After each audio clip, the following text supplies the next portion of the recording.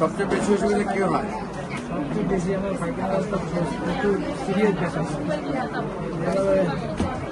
রিপোর্টগুলো দেখবেন না। বড় লোক মানুষ সব রিপোর্ট এখানে দেওয়া আছে, যা আছে এখানে আছে। স্যাররা লিখেছে আমার কাছে।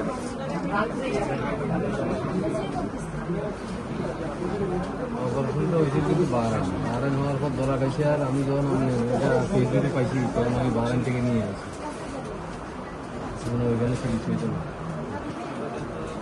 আমাকে টাইম অফ কোথায় করে হবে দিই পরিবারে গিয়েছে